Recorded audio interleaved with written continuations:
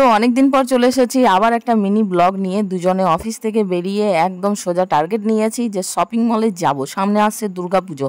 দুর্গাপুজো বলে কথা, এমনিতে আর বাজার যে মানে আর যাওয়াই হচ্ছে না। তো ভাবলাম যে আজকে না একটা একটা করে এরকমভাবে নিয়ে নিতে হবে, টুকিটাকিগুলো যেগুলো আছে কাজ সেরে নিতে হবে। তো স্টাইল বাজারে চলে এসেছিলাম, আগে গেছিলাম এম বাজারে আগের দিনকে, তো সেটার আর ব্লগ বানানো হয়নি। তো এসে প্রথমে দেখছিলাম, তার আগে কসমো গেছিলাম, সেটারও ব্লগ বানাইনি। এখন হচ্ছে না ভাই, হচ্ছে না।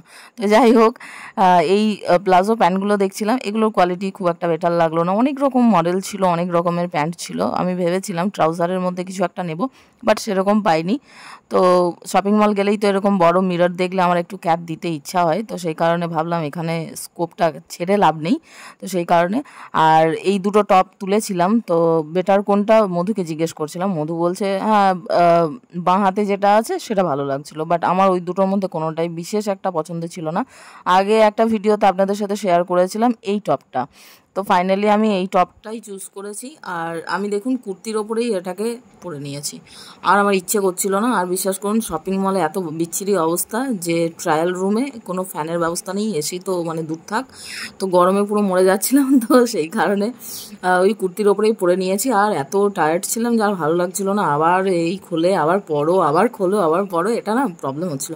তো সেই কারণে একটু পেটটা মোটা লাগছে দেখুন। যদিও আমি অনেকটা ওয়েট লস করেছি, ওয়েটও করিয়েছি, সাথে আমার ফিগারটাও অনেকটা মেনটেনে চলে এসেছে। যাই হোক, পরিশ্রম ভাই, পরিশ্রম করলে সব কিছুই হয়। তো টাকার পিছনে ছুটতে গেলে অত শরীর দেখতে গেলে চলবে না। যাই হোক, ড্রেসটা কেমন হয়েছে অবশ্যই বলবেন। একটা ব্ল্যাক জিন্স আর সাথে এই টপটা ভালো লাগছে না?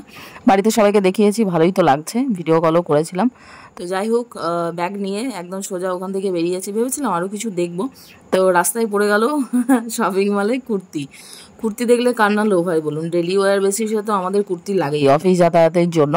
তো সেই কারণে এই কুর্তিগুলো বেশ চয়েস ছিল। তবে আমার ইচ্ছে করছিল প্রত্যেকটা কুর্তি একটা একটা করে নিয়ে চলে যাই।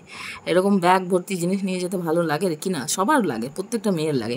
তো এই সাইজগুলো আমাদের জন্য না, অবভিয়াসলি নেবো বললে বড় সাইজ ছিল, দিয়ে দিত।